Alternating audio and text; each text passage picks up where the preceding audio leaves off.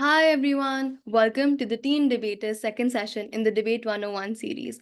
I am Sarah and we are so excited to have you all here today. Please don't hesitate to drop your questions in the chat box during the session. The Teen Debater, an organization dedicated to revolutionizing debate education, access, and activity for students in schools across India. We believe that debate is a powerful tool for social mobility and change and make it accessible for free. We aim to enhance your critical thinking, expand your worldview, and go beyond debate and build a community. Your speaker on this debate session on WSDC Debate will be Shivansh Gupta, the Teen Debaters founder. Hi Shivansh, how are you? Hi, Sarah. I'm good. Hope you all are doing well today as well. We're so excited to have everyone here for our session. This will obviously include like WSDC basics, and we'll obviously be going through the format in the session as well. But before we do that, I first want to just dive into what the Teen Debater is, who we are, and just talk a little bit about us so that anyone who's new or who's joining in this session for the first time has an idea of what we are as an organization. So we can move to the next slide for that. Thank you.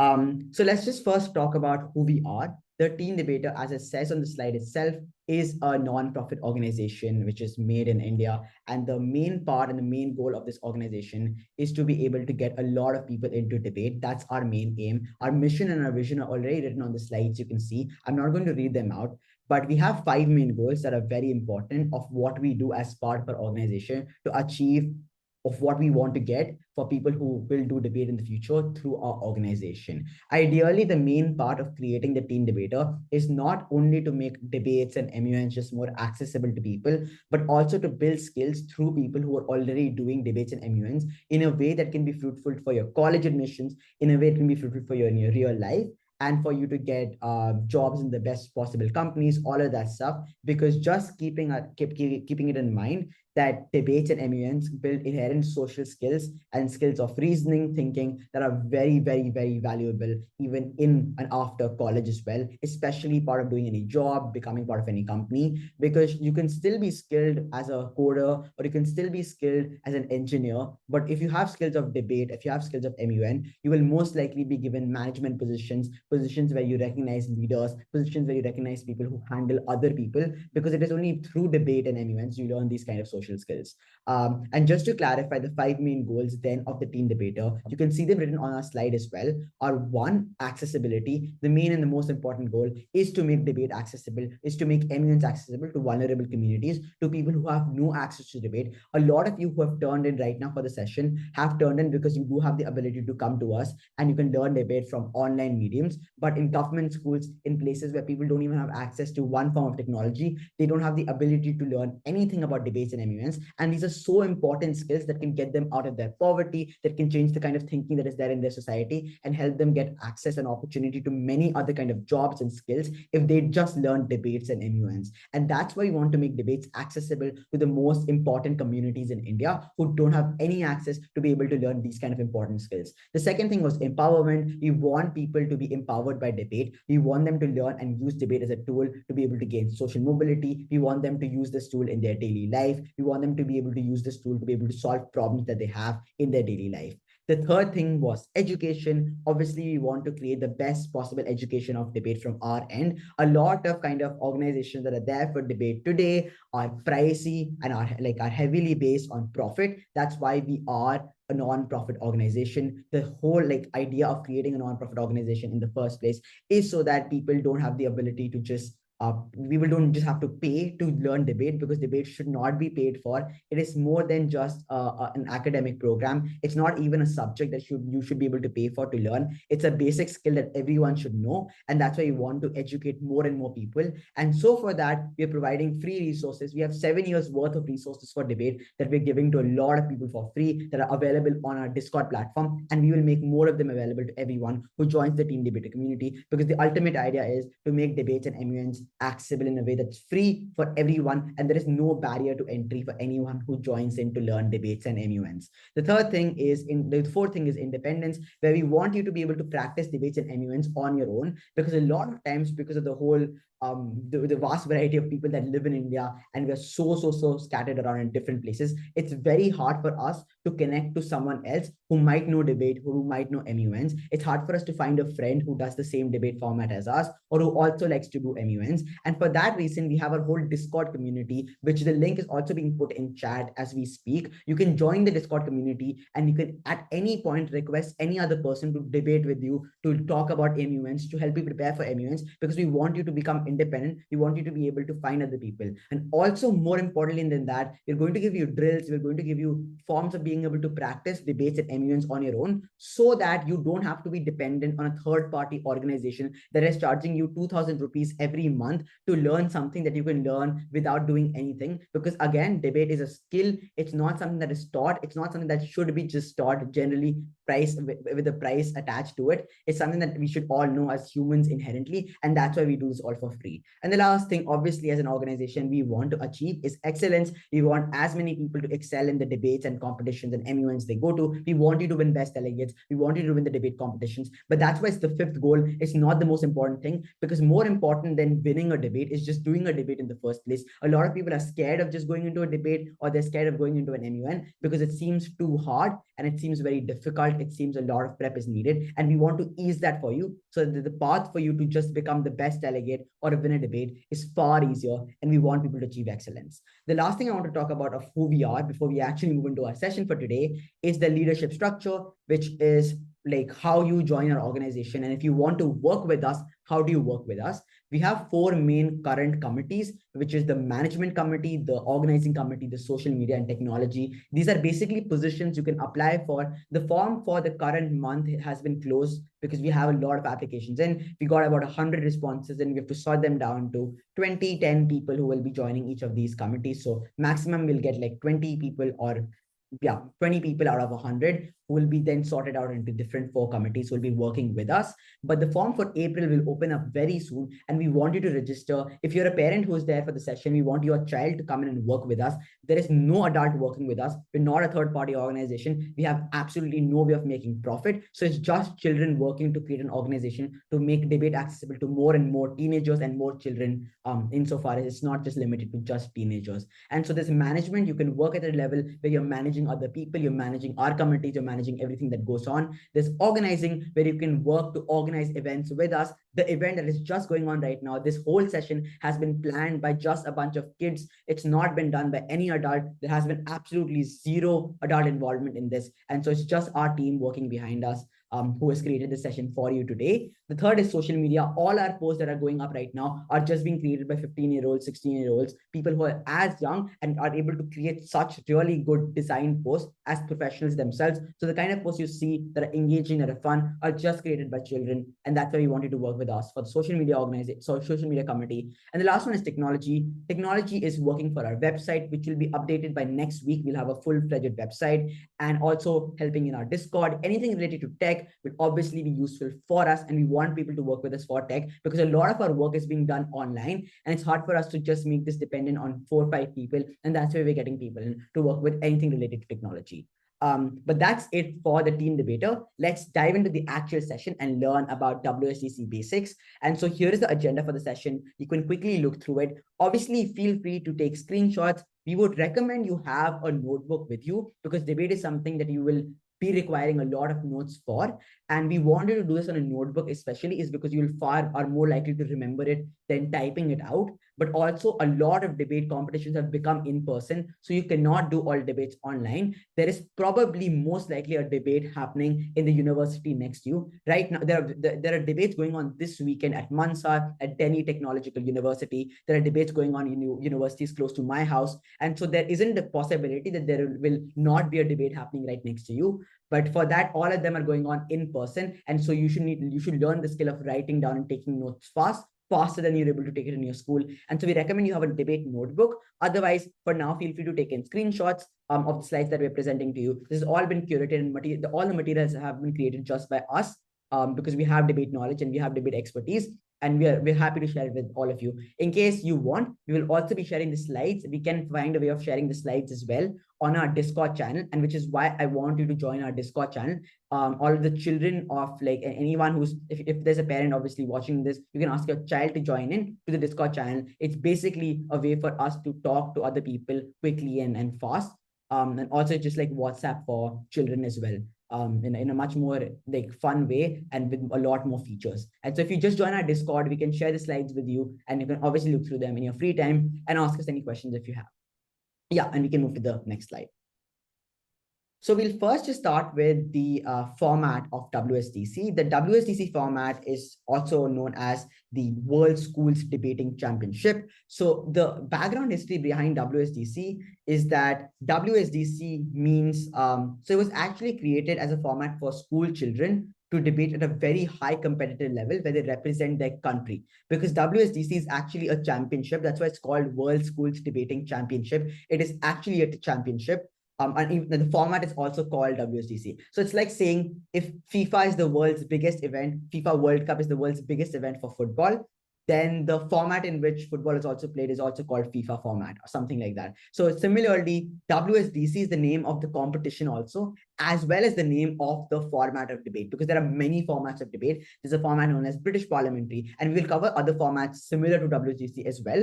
But WSDC is a very specific format only made for school children, because it is specifically made in such a way that you can get school children to be able to analyze well. It's made it so that it's easier for school children as well. And it's made in such a way that we're able to promote more thinking in school children. So you can, and the more important part about WSDC is that you can only do WSDC if you are in schools. If you're outside from schools, you will have a lesser chance of going to do WSDC, and you'll have to do harder debate formats that will be accessible to you in your colleges, in your universities. But for now, if you are a school student, then the only way for you to do like really well in debate is to do the WSDC format, especially because this is the only chance you will have to do WSDC. And if you go into college, you will not be able to do it as much. And WSDC is far simpler than the formats of British Parliamentary, which you will find in your universities and college for debates.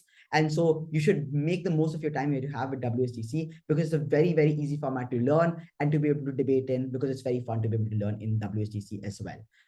Anyways, in WSDC, like in most debates, we have two sides of a coin, where there's one side supporting the topic, the motion, as we call it in debates, or the topic for simpler terms. The side that supports the topic is known as the proposition. It is also known as the government side, the side that supports the action that will happen in the debate. So if there is a motion saying tomorrow the death penalty should be abolished, then the side that supports the death penalty being abolished is known as the government side or the proposition side, because they're the ones implementing the action of abolishing the death penalty. The side in opposition or the side against the motion is known as the opposition always. There's no other name for it. There is a side that does not support the motion and why the motion should not be passed in the debate. So those are the two sides. It's very simple. There are only two sides in a debate. And WSDC only has two teams, one for the motion, one against the motion.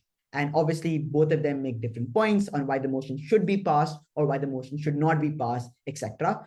But in regards to that, if a motion is about the death penalty being abolished, you should assume that the action will happen irrespectively. So the debate will never be on the action occurring. You will not debate on will the death penalty even be passed or will it not be passed. No, the debate is on if the death penalty is passed, then what are the likely good consequences of it or the bad consequences of it? And those are the sides debating in the debate. So in all, and this is known as policy debates, we'll cover this in later sessions, but just to give you an idea, that in all debates, you assume that the policy or the action, whatever is being talked about, already exists, or it has done, or it has been done, or it will be enacted. You don't debate on whether it will be enacted or whether it should be enacted. Unlike in MUNs, where you're trying to create a solution in your unmods or in like, or for your draft resolution, all that stuff, you're trying to create solutions in the future.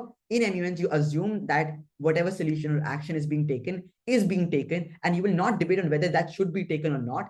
You should be debating on if that is taken, whether that is a good thing or a bad thing in and of itself. That is what it means to debate in the WSDC format and for the motions in any debate that you will get for parliamentary debates. So that's pretty simple, that there are two sides, proposition, opposition, and they're debating against each other in the WSDC format, and both of them give relevant points for each of these sides. We can move to the next slide. Now, more on the format. In each of these teams, there are three speakers. So in all of WSDC format, there are three speakers for the proposition side, three speakers for the opposition side. And that's how how the entire format works. Each of these speakers speak alternatively. One thing that's important here is that in the WSDC format, specifically in the WSDC format, you can have 5 members. So you don't need to have 3 members only. You can have 5 members, but you're given something known as a preparation time. When the motion is released to you, you have 60 minutes in WSDC to prepare your speeches on the motion, especially if you're the first speakers, because first speakers have to give a prepared speech. The rest two speakers have to respond to the speakers and give more material, obviously, from what you learned in the prep. But the first speakers are the ones that are going to give all the new material and all the things you thought about on supporting the motion or going against the motion. So all the preparation that you will do for the first speakers is done in the 60-minute preparation time that is given to you after the motion is released. And that's why we say you have 5 members in WSDC, because the key thing here is you have 5 members in your team. 2 of them are known as non-speaking members. They will not be speaking in the debate. They will just be helping you with your prep. They'll be giving you arguments, giving you things to think about for supporting the motion or going against the motion, whichever side you're on. But in the actual debate, only 3 people come in, 3 chosen speakers. Those are known as speaking members. So there are non-speaking members and speaking members, and the 3 speaking members will come and actually do the debate tangibly. And so that's why it says in the slide, it's a 3v3 matchup, because the debate match is still between 3 teams, teams of 3 people each.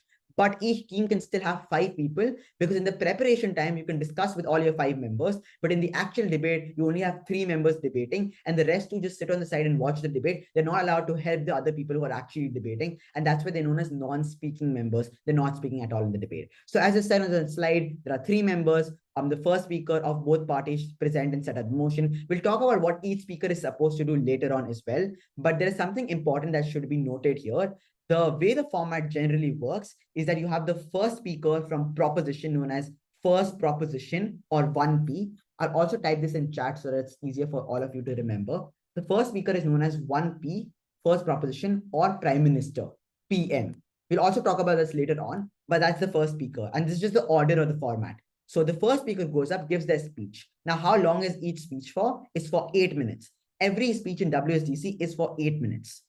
Except the reply speeches, which we'll come to later on. But and this is known as constructive speeches. Normal speeches are known as constructive speeches. Reply speeches are a different thing, a unique part to the WSDC format, which we'll talk about later. But every other speech, most speeches in WSDC are 8-minute speeches. So the Prime Minister speaks for 8 minutes. Then we get the speaker from the opposition. So it alternates, as I told you. The speaker from the opposition comes in. They're known as first opposition 1O, or leader of opposition. All of these names, by the way, Prime Minister, Leader of Opposition, have been derived from the Parliament. And that's why the format is called a parliamentary format. We say WSDC is the parliamentary format because we get the names of the speakers from the Parliament, because it's been modeled of the way the actual Parliament works. This is similar to the way the Indian Parliament works, the way the British Parliament works, and a lot of other parliaments. That's why we call the first speaker the Prime Minister from proposition or the government side, and the first speaker from the opposition side, the Leader of Opposition. There is nothing more to that. The terms have just been given for ceremony purposes and just for the fun of the format. There's no other reason why we call them Prime Minister or Leader of Opposition.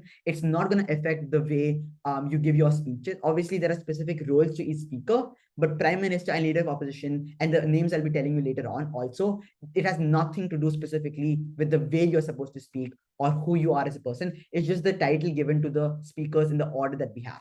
So we get the first speaker, then we have the first opposition speaker. So first prop, first op. Then we get the second speaker from proposition and the second speaker from opposition. They're known as your DPM and DLO, Deputy Prime Minister or Deputy Leader of Opposition. And then we get the third speaker from proposition, third speaker from opposition. They're known as your government whip and opposition whip. We will be coming to the speaker, each speaker name and the speaker role later in the PPT as well. So you don't need to worry about that. And after this, we go to reply speeches, which is an additional component of WSDC format, something that's specific and a little different. We'll also talk about that later, so don't worry about that. Right now, all you need to know, the way the format works is that you have first proposition, then first opposition, then second proposition, second opposition, third proposition, third opposition, and your debate for now ends over there. Then there is a reply speech component, which we'll talk about later in the session. But I hope that is clear. Again, if you have any questions on this, please write them in the chat. If you're a parent watching this, please also put them in the chat if you have any questions that you want to ask as well. And if you have your child with you, please ask them to ask questions as well, because we'll answer anything. We have a lot of expertise in this format. We've been doing this format for about 6 years now, so you can ask any question that you have regarding the format as well. Something that's important here is that in debates, you can ask people questions. These questions are known as POIs, and you can ask them between the first minute and the last minute of your 8-minute speeches. The slides will be shared on the Discord group. We'll find a way to share them as well, so don't worry about that. However, you can feel free to take in screenshots. That is still fine. Anyways, the POIs, point of information, is a question that you can ask to the other side or other speaker who's currently speaking for about 15 seconds. We'll talk about POIs also specifically in the session, but something that's important here is that you can only ask this question, a POI, between the first minute and the last minute of your speeches. So from 0 to 1, you can't ask POIs. From 7 to 8 minutes, you can't ask POIs, but from the first minute to the 7th minute, you can ask the POIs. So this time frame is known as unprotected time. Only then can you ask POIs. Apart from that, you can't, but we'll obviously talk about that later on. This is just a brief idea of what the format is. We can move to the next slide. Cool. Just a couple of important rules for you guys to know about WSDC, just some specific rules that should generally be true for all debates and not just WSDC. The first one is don't be disrespectful in any debate. You should always think of debates as a formal activity. It is very much a formal thing you're doing. It is an academic activity. It requires you to think, and everybody there is pretty smart. So they understand if you're trying to be rude. They understand, obviously, if you're being disrespectful. Your judge will understand if you're being disrespectful. But more importantly, you should never attack the person. This is known as ad hominem. It's a very important, a very famous fallacy now. I'm sure everybody knows about ad hominem. If you don't, it basically means you attack the person. You don't attack the argument of the person. You attack the speaker directly. You don't attack the argument of the speaker. And that's a bad thing to do, because everyone can have amazing arguments. So if I'm in a debate, I can't attack Ria about her personality and who she is. I have to attack Ria's argument, because that's when I'm actually being a debater and not being a bad person. So please don't be disrespectful. It's just generally a good notion. In all debates, you should never be a disrespectful person. Otherwise, please don't debate or do amendments. It's just a bad thing to do.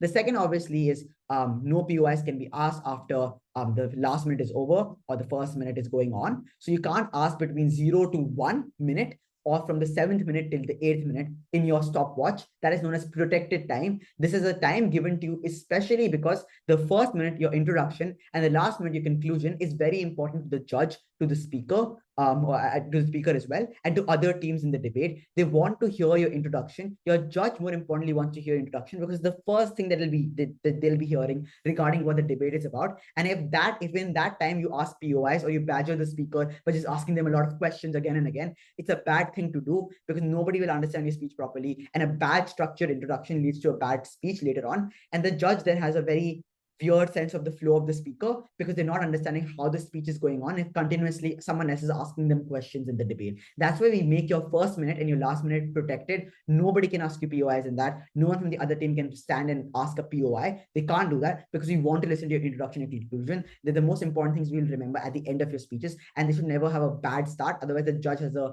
very bad flow of your speech. And the third thing in debates is important is that you cannot contact your coach and other teammates from the debate. So you can only talk to people who are in your team during the debate. Obviously, you can talk to your other members. You can pass notes to them. You can tell them, oh, this guy gave this argument. Let's respond by saying this thing. How do we rebut this argument? How do we give a response to this argument? Or maybe we can add a new argument. You can add this in your speech. Anything you want to tell your other partner during the debate, you're allowed to, but you cannot at all ask for any external help during any debate. I see a question about the age limit. There is no age limit. I just want to take that first. That's very important. There is no age limit for you to literally start debating. I've seen debaters start from 5th grade, 4th grade. Obviously, anyone younger than 4th grade is just too young to understand any debate in general, or to understand how the world goes on. And IR, politics, pop culture, environment, economics is too hard for a 4th grader to grasp. But from 5th grade and above, we generally recommend people to come in from 5th grade and above, because the younger the person is, if you have a child, or if you're a child who is at 12 or 11 in their age category right now, it's really good if you start debating. I started debating a little later. I started when I was 13, but if you start at 12 and 11, the if you just do debate, like 1 hour of debate every day, you will become the best debater in the world. Most debaters aren't the best debaters in the world currently because they don't have enough time to practice for it. But at such a young age, because your mind is so open to so many different things, you don't have pre-built assumptions and notions. You are far more likely to be trained better as a 12-year-old, as an 11-year-old, versus someone who's a 15-year-old, 16-year-old, an 18-year-old. And so that's where the younger you are, the younger you start. It's like chess, right? The younger the people start in chess, the better they become in chess, because their thinking capacity at such a young age is far greater. Similarly, for debate is much, much like chess, where you have to think a lot. Nobody gives you predetermined information. You're not allowed to Google anything. You only have to make arguments only from the one thing that you have, and that's your brain. And so the younger you start, the better you have of becoming a very, very, very good debater. Obviously, if you're older, you can still join our organization and learn debate. But if you're in the category of being like 17 and 18, you're done with college, or you're like about to go to your college, you're done with school, you can still work with us. And there is no age limit to like debates after fourth grade, fifth grade.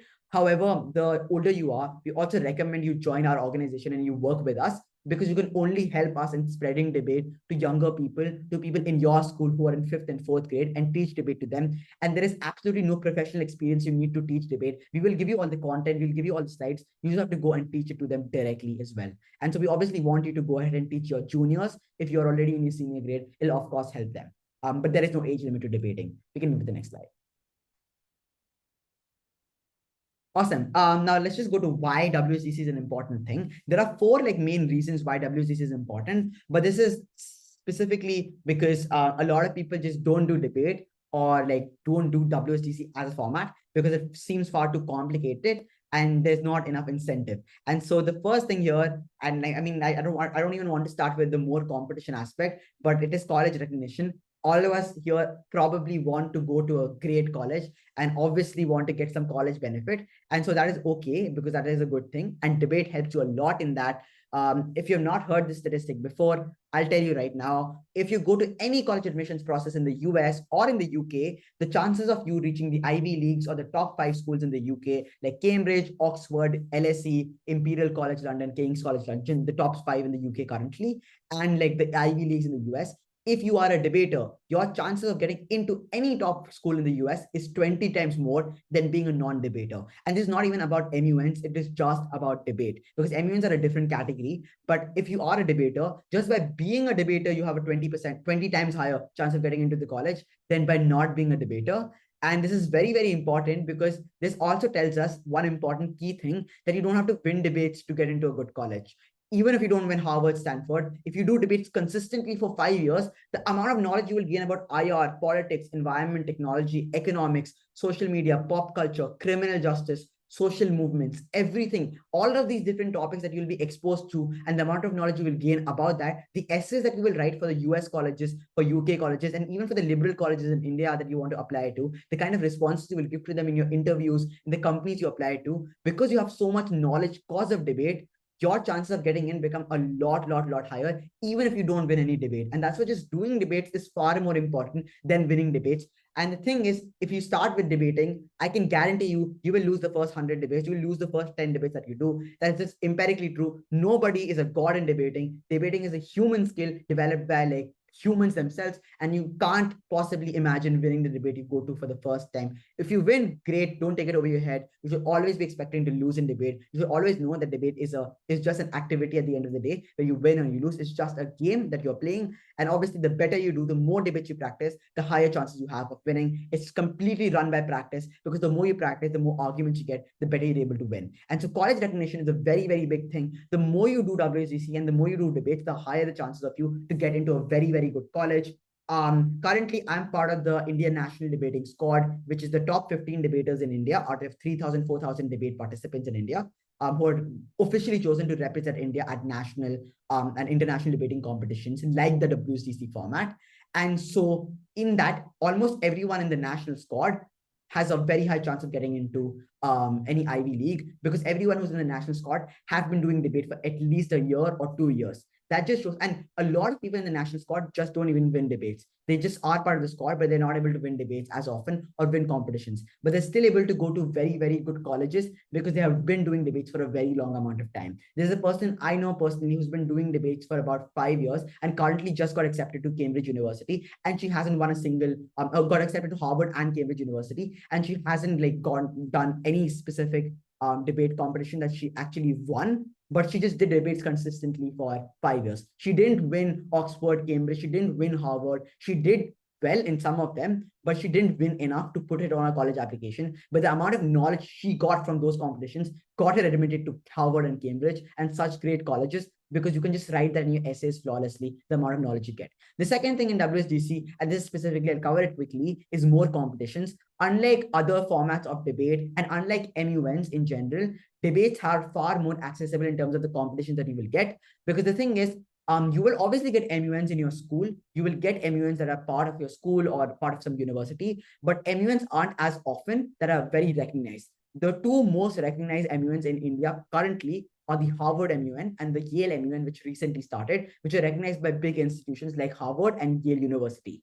But other than that, there are not any big MUNs that happen in India, because MUNs aren't just like based off like colleges as much as debate is. Because on the other hand, WSDC debate is very, very large in terms of competitions. There is competitions happening every weekend on WSDC. There's a competition happening this weekend right now at Mansard. There are other competitions happening like next weekends forward. And we'll obviously inform you of all of these competitions if you join our Discord community and you stay connected with the Teen Debater. You follow us on Instagram. We obviously put a lot for that as well. But just in general, you will get a lot of competitions in WSDC. And especially if you want prestigious competitions, there are more prestigious competitions in debate and WSDC than there are there in other formats and MUNs. There is a WSDC competition by King's College London. There's WSDC by University of Cambridge and Oxford and Durham, which is known as Doxbridge WSDC. There is a WSDC competition by KCL. There's a WSDC competition by Imperial College London. There's a Harvard WSDC. There's a Stanford WSDC, and almost all big colleges have WSDC because debate has a lot more competitions. And so for college as well, you can get a lot of accolades if you do WSDC. You can move to the next slide. Just two important things as well. Obviously, WSDC is very, very relevant in real life. This is also just specifically to debate. The more you do debate, the more it will help you in your real life, because you'll be able to build connections that you possibly could not build before. If you want to know about like how debates will inherently like help you in real world, I'll give you an example. If you want to probably reason out why certain things happen in the real world, you can use debate to do that. For example, a lot of people don't understand why Israel had incentives to invade Palestine or launch that attack on Gaza, as we know. Or a lot of people don't still know the incentives of why the US has active incentives of coming into the Israel-Palestine war. We still don't understand the incentives of Russia of creating a Ukraine invasion and why did Russia choose to annex Crimea and Ukraine right now. A lot of these reasons, obviously you'll find them in news and everything, but more nuanced analysis will only come in debates. So you'll only be able to reason them out if you actually do debates. But most on your real life, if you just want to, if you're generally having an argument with people, and especially in companies that you go to or in colleges that you actually go to, the fact is they know that if you are a debater who's been debating for a very long amount of time, your ability to solve problems is far, far greater than any other in the average individual. For example, if you're in a company and there is an economic problem that comes in the company, or there is like the company is losing sales, the demand is going down, or there are some other problems of management in the company itself, then the company will look forward to a debater to solve those kind of problems, because a debater is way more aware of being able to solve problems at a much faster rate than other people. Because in debates, we learn about problem solving. We have to be able to solve global issues in debates to be able to make good arguments. An argument in just essence itself is a problem that you're trying to pitch, and you're trying to pitch how you solve that problem from the action you're doing in the debate.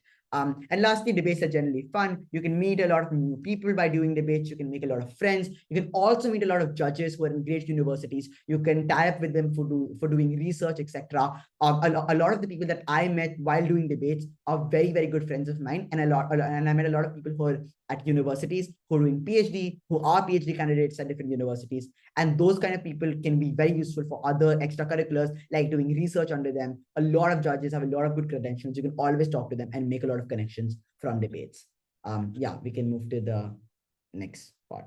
Okay, so the next thing here is that we have similar formats for WSDC. There are a lot of other similar formats. All of them are listed here. So we can just go to the next slide quickly and cover that. You can move to the next slide. Yeah. So the first similar format to WSDC is Asian Parliamentary. The reason why we are telling you all of this is also so that you're not limited to WSDC. And because if you find a competition that is in one of these formats as well, please go and participate in them. It'll only help you build debate skills. Obviously, you can still come in for our sessions and learn more. We'll give you more information. We'll give you tips how to win debates. We'll make your matter for debates boost a huge level. We'll give you sessions on economics, on criminal justice, on politics, IR, all of that. But the more you join our session, you'll always be useful for the debates that you do. But these are just formats we're telling you that are similar to WSDC. So it'll be only useful for you to do these formats and you can still do them later on. So Asian Parliamentary is a very similar format to WSDC. 3v3, it just doesn't have the reply speeches and the unique WSDC component to it. But it's a very similar format to WSDC. So you can still do it as long as you know WSDC. You can move to the next slide. The second format is British Parliamentary. It's a little bit different from WSDC because there are 4 teams and there are 2 people in each team. This slide has it wrong. It's 4 teams and 2 people in each team. But the important part of British Parliamentary is that the way you debate in British Parliamentary is not that different from WSDC because all of these, as you can see from the title themselves, are parliamentary formats. The first thing I said about WSDC in this session is that it is a parliamentary format. And the reason why I say parliamentary so often is because all formats that are named parliamentary have a very similar style. The only thing is that there's a certain difference in the structure of the speeches and how you give the speeches, but the content that you will be giving and the way you give that content, the skill of making arguments, the skill of making rebuttals, responses does not change. And so the skills don't change, only the format changes a little bit. And that's why I'm saying that these all are parliamentary formats. It's just that the way that they're formatted is in a different way, but the skills that you use won't be changing. You can move to the third one. The third one is a more interesting one. It is known as Australs. Australs is an Australasian format, which is a format that was made in Australia, as the name suggests. But the reason why Austral is a very famous format is because when you go to university level, you won't be able to do WSDC, but you can do a WSDC counterpart known as Australs. Australs is a very big competition also. Just like WSDC itself is a competition, there's a competition known as the Australasian Championships, which is the biggest competition at 3v3 level for university students. So if you want to do university debate and you want to continue debating university, which is a very good thing for a university also, because you win accolades for your university, you also learn a lot of stuff through debates, obviously all of that kind of benefits we told you, but the more you do debates will always be helpful for university as well. This is the format you can definitely try out at your university, and we just want you to be aware of it as well. We can move to the next slide.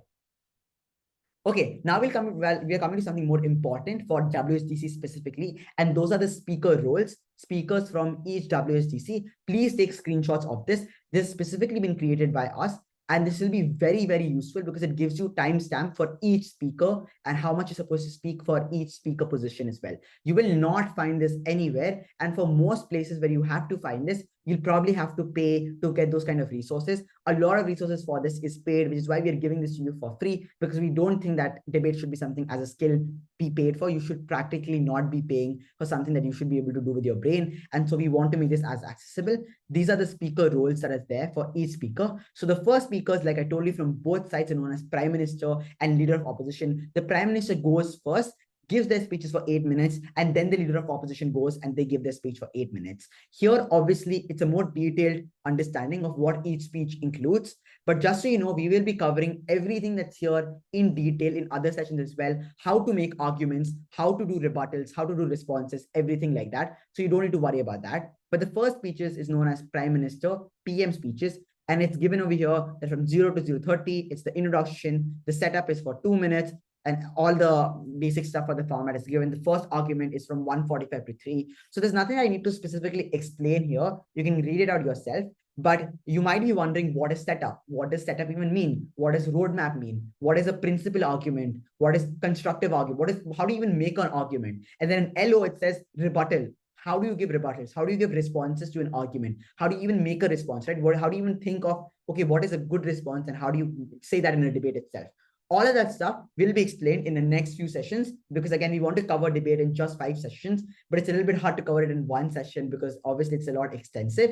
And so the next session we will do will be based on argumentation and how do you do good argumentation in debates as well. So don't worry about the terms you see here, arguments, rebuttals, setup. Don't worry about that. Just know that this is the format and this is the stuff you will be doing. Setup is an action and debate. It's something you will do. Rebuttal is also something, it's responding to the other speaker's arguments. It is also something you're supposed to do in debates. So just know that these are the roles of each speaker, but we'll obviously explain what each of these roles mean. You can move to the next slide. So after PM has given their speech, LO gives their speech, then we get the deputy prime minister and the deputy leader of opposition after the deputy prime minister. So it's all in alternative order, zigzag order, as we call it in debate. Similarly, we've given deputy prime minister and DLO speaker roles. So for DPM, they're not supposed to give many arguments. They're only supposed to give one argument actually, but at max they can give two. Two is not recommended as often. It's not a good thing to waste your time just by giving arguments, because you're supposed to respond to other speakers. Debate is an on-spot activity. You have to give rebuttals to other speakers, which is why you have to spend in DPM, you have to spend 3.5 minutes rebutting. In DLO, you have to spend 4.5 minutes rebutting, because rebutting is a very, very important skill in debate. And otherwise, your debate will never progress forward if you're not responding, because debates aren't standalone speeches. You never give a speech in isolation. You always give a speech that is responsive to every other speaker. And something that's very important and crucial to know is that every other speech after the prime minister's speech is a responsive speech. You're supposed to take some amount of your time to respond to the speaker right before you. Otherwise, it will be a very, very, very static thing that will not progress at all. Just like in MUNs, you're told to move the moderated caucus topics forward. You're supposed to move the debates forward in MUNs. You're told to change the debate. You're told to respond to other speakers in an MUN's moderated caucus. Similarly, this kind of like a moderated caucus, except it's a little more structured and formatted and on a very specific topic. And teams from each side, obviously, but you're also supposed to rebut, otherwise the debate will not go forward. And you can move to the last slide for the speaker roles. And the last two speakers then are government whip and opposition whip. The government whip is then after the DLO, the deputy leader of opposition. They speak after DLO. And then we go to the last speaker of the constructive speeches from opposition, known as opposition whip. Government whip does not give any new argument. They don't bring any new material. Basically, even in the prep time, they're not supposed to be using any arguments that they're making. They're only supposed to make rebuttals. Think of rebuttals from before. Think of things the other side can bring up and how do we respond to them, right? Because obviously, if you have 60 minutes to prepare for your entire speech, you probably want to be strategic and know, okay, the other side might bring up this as their biggest argument. How do I respond to that? That's what third speakers do, or government whip and opposition whip as the third speakers of the debate. Here it says that they're supposed to make themes. Themes are just basically clash points of a debate. For example, I'll give an example. If the debate was on the death penalty again being abolished, one very big clash point in the debate is the death penalty even a principally good thing? Because in one side, it says the death penalty is a good thing because it gives justification to the victims of who have been harmed by the crime, to the families of who the victims were, right? Because it's the only way they get justice. So that's one side of the debate. The other side says we're all humans. Just because another human was murdered does not mean we should be killing another human being. We should be killing the criminal. Otherwise, what makes us different from them, right? At the end of the day, if we're also killing other people who are criminals, then how are we different from the criminal in the first place? That's a clash point. So one side says it's important to give justice to the families of the victims. The other side says, no, it's not important to do that. It's more important to be human. It's more important to not become perpetrators of the same kind of crime that the original criminal was a part of. That's one clash. That's known as one theme, the principal theme in the debate. Another clash might be on some practical benefit that you said, right? You might have said the death penalty is a good thing because by having the death penalty, we can reduce crimes. The other side might have said, no, the death penalty does not reduce crime. In fact, it only pushes people to do more crime because the death penalty is just too far from people. It's too far for you to imagine the impacts of the death penalty. So even if the death penalty is there, it's not like the crime rate will reduce because people will still do crimes like robbery, right? People can still rob banks. They can still like assault people on the road because nobody's going to be given death penalty for that. So even if you have the death penalty, it's not so scary. People will still continue to do crimes. But the other side says it's such a scary institution that people are just very less likely to do crimes in the first place because they think that, oh, for the crime that they're doing, they might get a death penalty. And so that can become a big problem. So that's the second clash in the same debate on whether the death penalty will actually reduce crime rates or not. So that's your second theme. And similarly, on another argument in the debate, you can have the third theme. And that's how you make themes, which are known as clashes in whip speeches, because note, you're not creating any new argument. There is no new argument I'm creating. This is stuff I'm taking from the first speakers and the second speakers of the debate. So that's important, that there's no new material in whip speeches, and you only just do rebuttals only responding to other, it's a purely responsive speech. You only respond to other speakers. You don't give any new material yourself. Responses and new material is very, very different. Giving a rebuttal, it's a new thing, sure, but it's not a new material. New material means you give another argument itself. You give another reason why the motion should be true. That's not true. You're not supposed to do that, but you can respond to what someone already has said, and that is fine. So that's not new material. That's just an important clarification that you should be aware of. We can move to the next slide.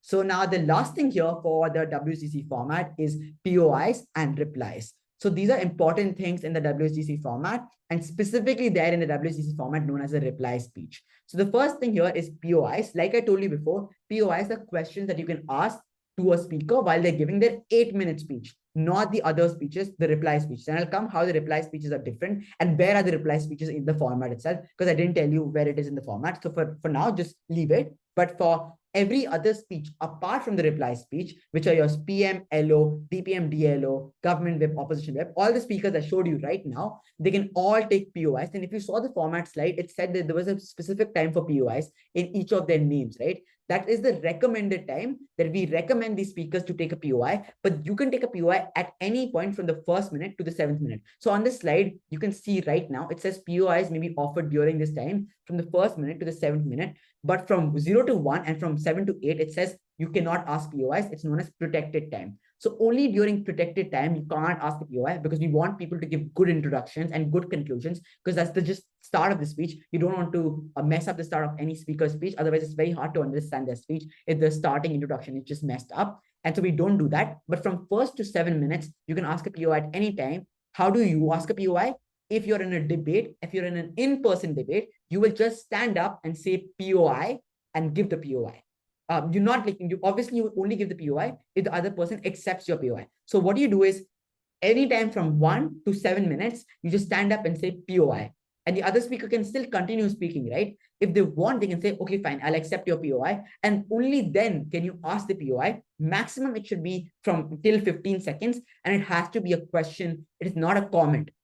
You can't make some sarcastic remark. You can't say something rude, obviously, but it has to be a question to the other side that you want to ask about their argument. Obviously, you can bring this POI back up in your speeches, but you should be asking questions while they're giving the speeches immediately as well. It's a very, very useful tool that you have in your toolbox in debates, and it can help you strategically win debates a lot, because a lot of people get scared of being asked questions and they give bad responses, and you can always utilize them in your debates, in your speeches as well, and bring POI responses back. So you stand up, you say POI, you wait. If someone says, okay, I'll accept the POI, then you ask them the POI, whoever is speaking. If they don't respond to you, if they do a hand sign like this, or they just ignore you, sit down after 5 seconds, you don't have to continue standing. If it's an online debate, however, because of the online virtual world and the privileges that we have in the online world, people are now just giving their own different ways of asking POIs. In person, this will never happen. However, just for your information, in online, people either do two things. They do one, you can raise your hand to ask a POI.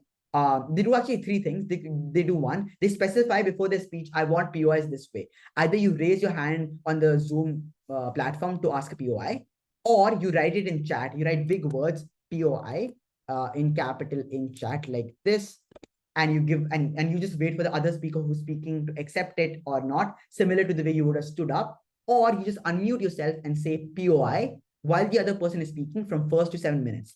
If you say it between the 7 to 8 minute bracket or 0 to 1 minute bracket, obviously you won't be penalized. Nobody will be hurt. Like if you do that kind of a thing, you will not be penalized in the first place. It can be like adjusted as a mistake that you might have done at the start. However, the speaker who's speaking can just say that you're asking a POI during protected time, not allowed. And it just reflects bad on your team and your team's understanding of the format. So that's why we recommend don't ask POIs during this time. Otherwise, the judge will also have a bad remark of you and not give you the win, because they just think that you don't know enough about the format itself as well, because you're asking POIs in a very rude manner in a time that is protected for the other speaker. So on online, again, just to repeat, you can ask POIs through the chat. You can unmute yourself and ask a POI, or you can raise your hand. Every speaker before their speech should ideally give you that my POI preference is by unmuting or through chat. And then you ask them the POI whatever way you want. And obviously, as a speaker, you can accept a POI. You can accept as many POIs but we recommend you to accept only one POI per speech, because the more POIs you take, it seems that you have very less content. You don't have enough stuff to talk about. So you're just taking in questions from other speakers. That's a bad thing. But if you don't take any POI, there is no engagement with the other side directly. So take at least one POI and ask at least one POI as a speaker yourself to the other team. Generally recommended in WSDC and in other formats. POIs is not a WSDC thing. It's also in British parliamentary. It is in Asian parliamentary. It's also there in Australia's format as well. And lastly, the last thing we want to cover here are reply speeches before moving on to our quiz that our team will be conducting for you. And reply speeches are a very specific part of WSDC, where, like we told you, the format right now, it is PM, LO, DPM, DLO, government whip, opposition whip, and right after opposition whip, opposition comes back again. So this is the intuitive, challenging thing about this format, that opposition speaks again after they've given their 8-minute opposition whip speech.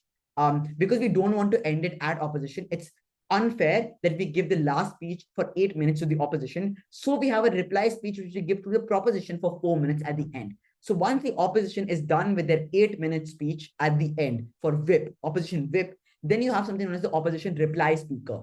The reply speaker can only be either the first speaker or the second speaker of the entire 3-member team. So you don't have an additional 4th speaker for the reply speeches. The first 3 speakers are all different speakers, but the reply speaker is always a repetition of either the first speaker or the second speaker from each team. They'll come and they'll give a reply speech. So once their speeches are done, their work is not over. They're still preparing their reply speech to be given at the end of the debate. So don't think that once you give your speech, you're done with the debate. The debate does not end there. You can still ask POIs. And if you're a first and a second speaker, you have to prepare your reply speeches, because either you are a first or as a second, you've decided as a team will be giving the reply speech at the end of the opposition whip. So once the opposition whip ends, opposition reply comes, and after opposition reply, we have a proposition reply, and that's when the format ends.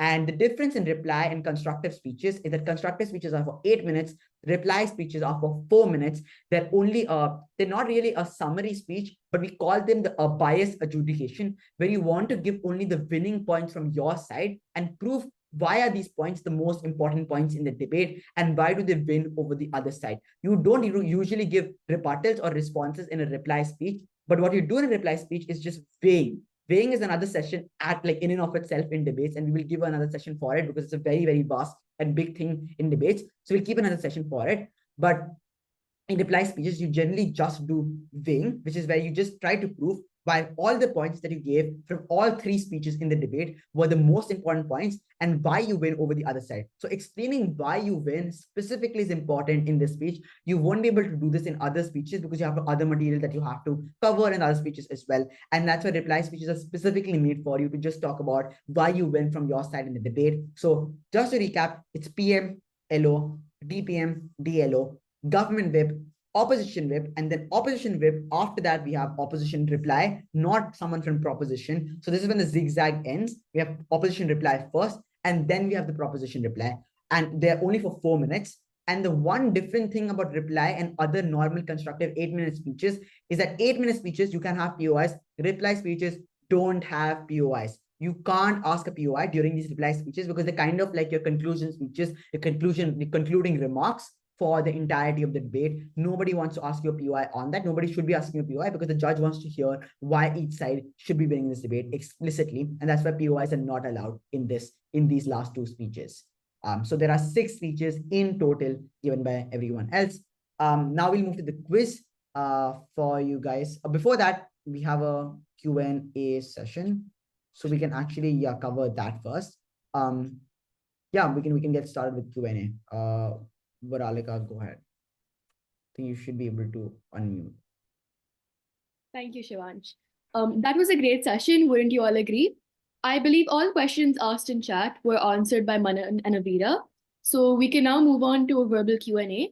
Please raise your hands and wait for the unmute permission to pop up.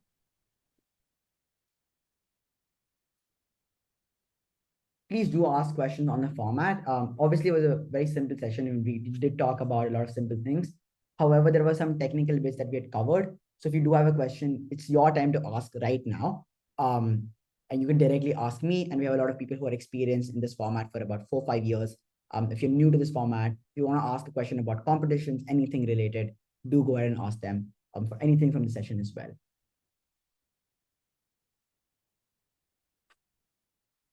Yeah, Kashish, go ahead. Yeah, just 1 second. So my question was for debaters who are new to this format. Like, how would you suggest us to get started with WSDC? Like, what competitions should we do? What drills should we do at home? Something basic we can do to just improve our skills in debate. Yeah, that's a very good question. So, from next time for your next session, we will cover how to make arguments. You can always wait for that session. That'll be very soon, and from that, you can always expect on how to make arguments, and you can do drills on that, obviously. However, if you have free time right now, what I would recommend for you to just get started with WSDC is go on to YouTube and just search WSDC 2018, 2019, 2017, and watch WSDC videos from there. In the YouTube description, you will find the motion written. You'll find the topic written and just watch a video. The more you just watch debates and do debates, the more you'll be familiar with the format and understand how the format goes. So that's the first thing if you're very new to the format.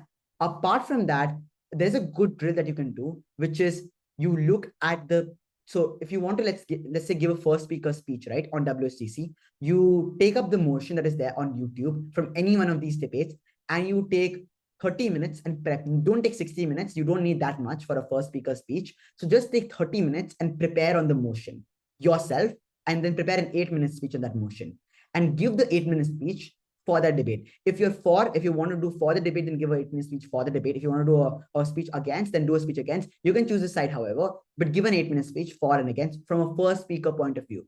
Doesn't matter right now if you know how to make arguments or not. Just give whatever speech comes to your mind, whatever arguments, reasons for why you should support the motion or go against the motion comes to your mind, and make a speech of that.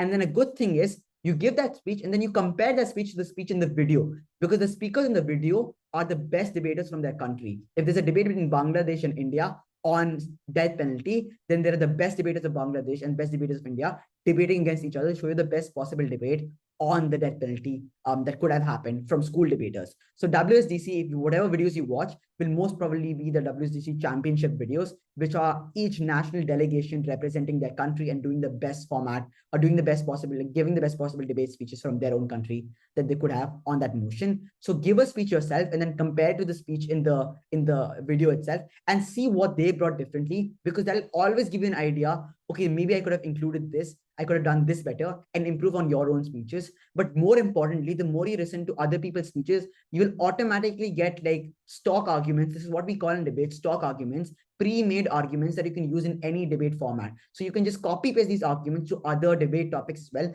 because a lot of debate topics have very similar clashes. All debates on the criminal justice system have something or the other about prisons or why prisons are good, why prisons are bad. So the death penalty debate is a debate on the criminal justice system, right? It's a debate on criminality. So there's very much going to be some aspect in prison systems or criminals in it in some or the other way. The more debates you watch on criminal justice, the more debates you watch on similar topics, you will get that there are some arguments that you can run in almost all these similar debates. And so it will always help you as like to be able to form arguments better. And that's something that's a good drill that you should do when you get started with the format. Otherwise, other than that, just follow us for our sessions. We are covering everything from the scratch, and you can ask any question in these sessions because all these sessions are going to have everything about WSDC. So this should be pretty much helpful for you to get started if you're a beginner to WSDC format. Yeah, Ranveer, go ahead. Hi, Shivansh. So, the things that used to happen was that I used to participate in inter-school debates or like general debates at school, and we used to get general topics to debate on, a for side and the against side. So, but then what happened was that I started debating at debates that used to follow the format. So then we used to get motions such as this house regrets. I have done 2 debates, and in one of them, in the most latest one, I did a mistake. The mistake was that they asked this house regrets, and I was from the for side. So this, correct me if I'm wrong, this house regrets. And when I'm in the for side means that I am with the house regretting towards that situation. And when I am against that, that means that I think that that thing is correct and the house is not correct. If I'm wrong, please correct me, because what happened was that when I was on the for side, the judges told me that although my arguments were correct, I prepared for the wrong side. They did hear my argument, but that caused problems. So yeah, that's a very good question. We'll be covering different types of motions always in the next session as well. So you don't need to worry about THR, TH this house as like the actor motion, this house believes that, this house suppose, this house opposes, this house would, all of the things that are required and the burdens of each motion, we will cover them specifically because each motion has a different burden. But for your information, this house regrets is a retrospective motion. It's a motion in the past. Everything after THR, so this house regrets X, is something that's already existed or happened, has happened in the world currently, and we don't want that to happen. That should not have happened. That's why we're saying this house regrets. So anyone who's in for this house regrets is against that this house regrets. So if it's THR, I'll just put this in charge. If it's THRX, this house regrets some X thing, then you're against X thing from the proposition side. It's a little bit counterintuitive, which is why I understand in your first debate, if you messed up, that's totally okay. I've done this a lot of times and I've messed up also before in this format as well. It's counterintuitive, but if your proposition, you are against X. If your opposition, you are for X and you agree with this status quo, you agree with whatever is happening in the world right now, you are fine with X happening. In proposition, the additional burden you have is to say, if you regret X, you have to give something known as a counterfactual, which is if you regret X, there is something Y that should have happened in place of X, and that's the Y case you're supporting in the debate. For example, an example motion would be this house regrets the partition of India. And so if you regret the partition of India, the most likely counterfactual would probably be Akhand Bharat, where you had India, Pakistan, and some parts of Tibet, some parts of Bangladesh, some parts of Afghanistan, all as one big country. And you wouldn't have the partition of India and Pakistan at all in the first place. And so that's the counterfactual Y thing that could have happened from proposition if you regret X. From opposition, you support the status quo. You're accepting the partition of India as a good thing. So as prop, you're against the X thing and you give a Y alternative. As op, you're fine with the X thing, you're fine with the world as it is today. That's the burden of this house regrets motions. I hope that's clear. All right, thank you. Otherwise, yeah, Shreya, go ahead.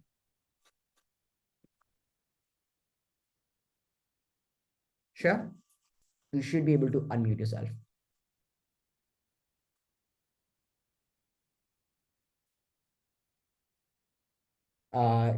Doesn't seem you are there. I'll just lower your hand. If you have a question, you can still put them in chat.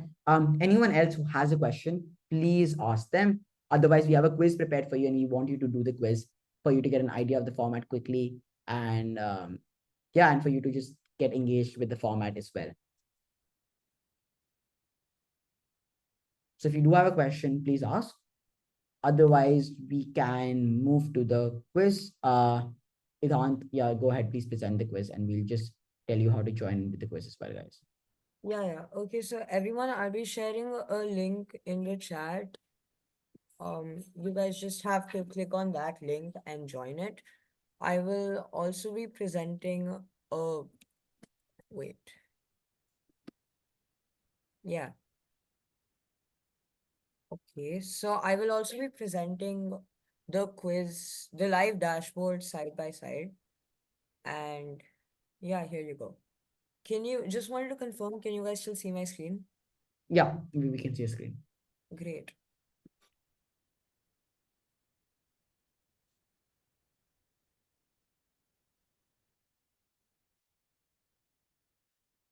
Everyone, please join in the quiz. We have put in the link in the chat.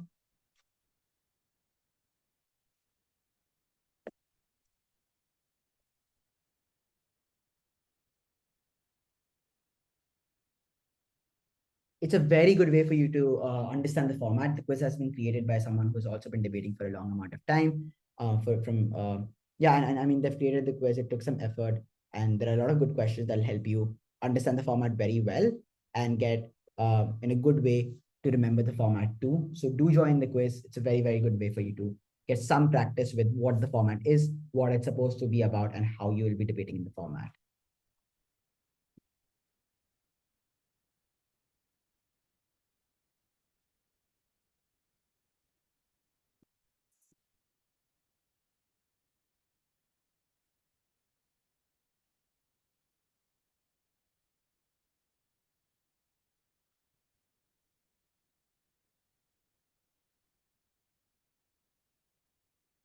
We'll just wait for a minute more and see if there's anyone else joining in. And anyone who's part of our leadership committee also should join in the quiz. So Nayanika, Varalika, I mean, Viralika, you made the quiz, so it's fine if you don't want to join it.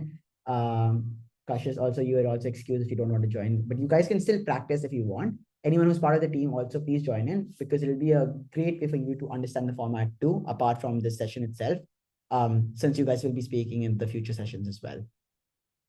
So anyone who's part of the leadership roles or generally in the session, please join the quiz. It's a very good way for you to understand the format. Any parent as well, if you can join the quiz, it'll be also helpful for you to give the explanation to your children, or just ask your children to just join in the quiz if they can. We'll just get started at 7:16. So that's about 10 seconds.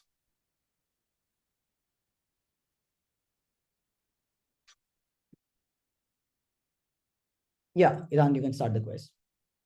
Okay, so I'll be starting on in 3, 2, 1.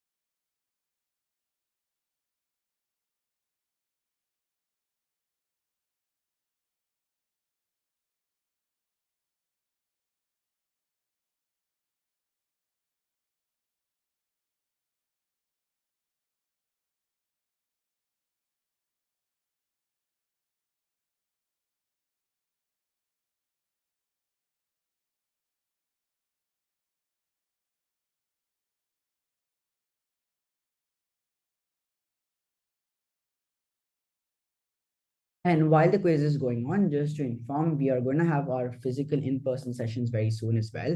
So we will be coming to a lot of your schools. We are aware of which schools you're from because you've filled out our information. You've probably filled out a membership form as well, and we've gotten a lot of your details. So we will be contacting you as well. But we'll be coming to schools near you or near your cities. If you're in Delhi NCR, we'll be approaching there first.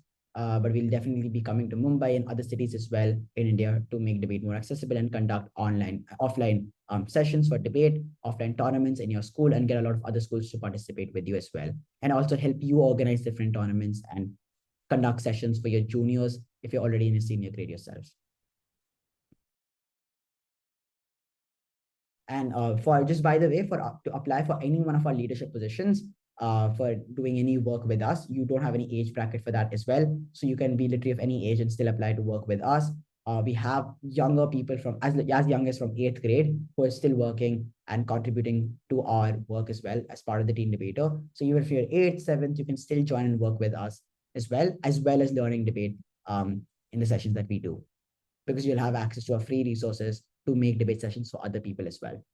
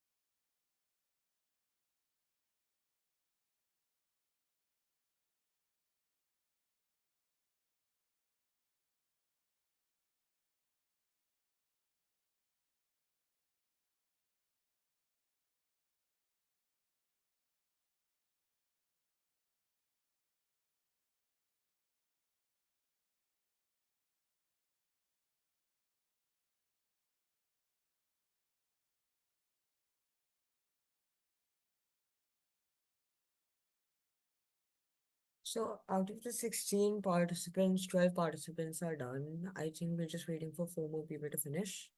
How many questions are left for them? I think, yeah, the statistics are here. Okay, I mean, you guys can still continue to do the quiz. However, it's fine. You can just end the quiz now because we just want to answer a few more questions that are remaining. If I ended, the people who are currently doing the quiz will not be able to continue it. Is there a way for them to access the quiz afterwards? Can we send the quiz to them? I mean, I can try. Yeah, just find a way I to mean, I'll just not end it, right? I'll just keep it like this and I can go back to that slide. yeah. Mm, No, I think because then they'll still continue to do the quiz. I just want them to pay attention to the things we're saying. So just end the quiz right now. We'll share the quiz link with you. You don't need to worry about this. These kind of questions aren't very hard to find and for us to create. So we'll definitely share the quiz. Just end the. Yeah, I ended it. All right. We can show the podium. So we have Dhriti who got first. We have Manan who got second, and Ria who got third. Honestly, I don't think we should count Manan because Manan's working with us, so he should have like some background knowledge. Anyways, but for Dhriti and Ria, congratulations, you guys did super well. And that's great. That means you paid a lot of attention to the session. But anyways, even if you guys didn't have like great answers to the questions, or you messed up somewhere, or you were just slow, that's fine because it's the first session we've had, and you don't need to worry about it. So that's totally fine. We'll send this quiz out to you. That's more important that you see the quiz, you see the questions, you see your answers and what would have been the correct one, because this just helps you get a lot more knowledge about the format and just understand the format in a much better and more effective way.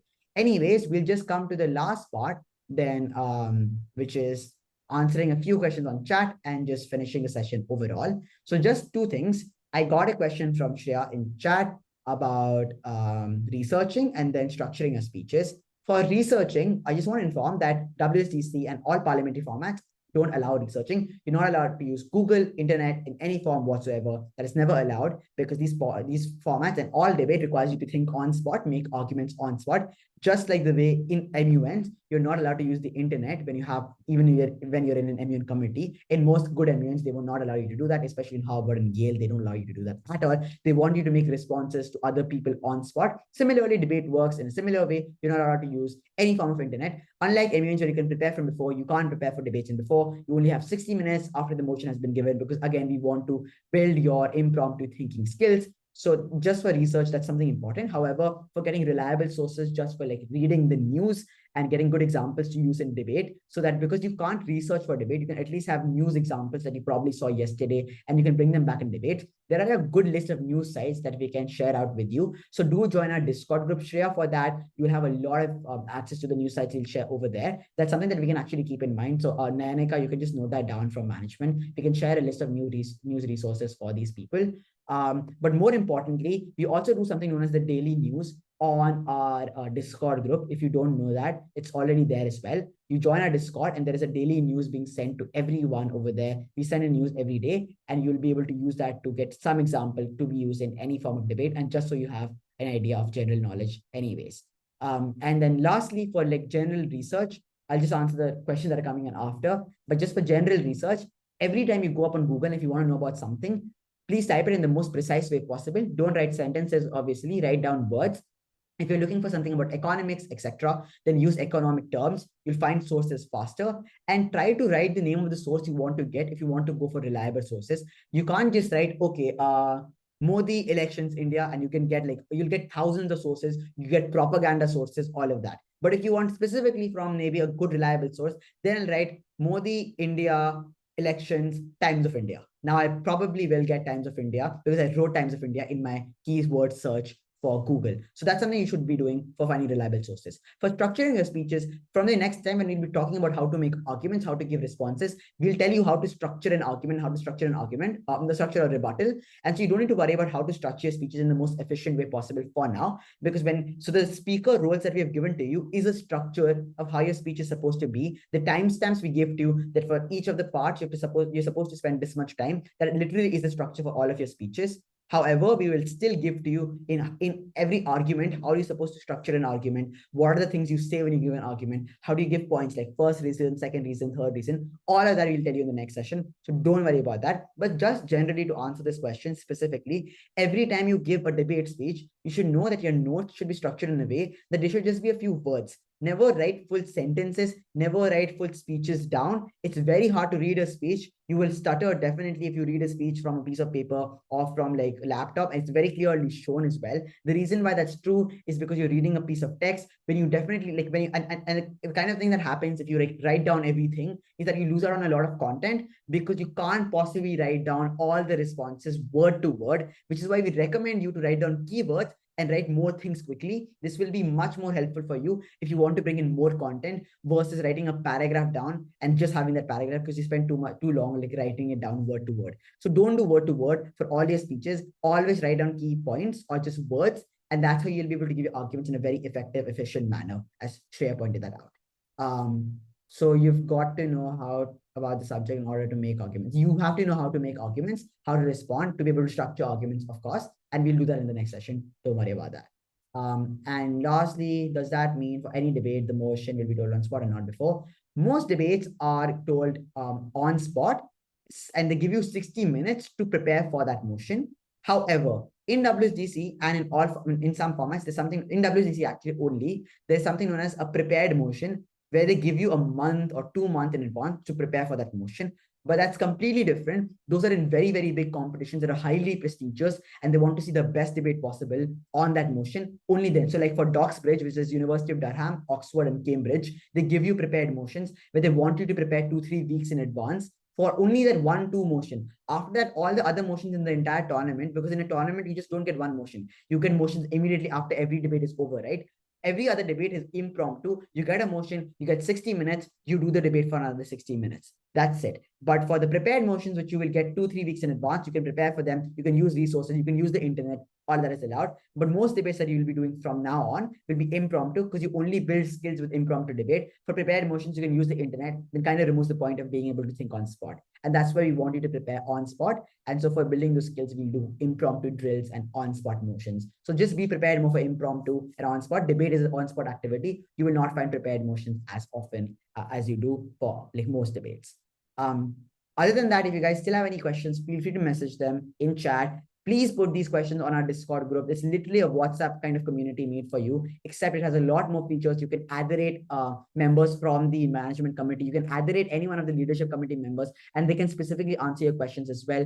Put them at any time. You're almost like, we're all chronically online at like 2 a.m., 3 a.m. in the morning as well. So I'm sure someone will be there to answer your question. Even if that doesn't work out, we can answer your question later on. But do put your questions there on the Discord group. We'll be happy to answer them at any time. Use the Discord group. There's a lot of stuff going on there. Please follow us on our Instagram page. You'll get all the notifications for all our sessions, the sessions next week and forward, and fill out the membership form, of course.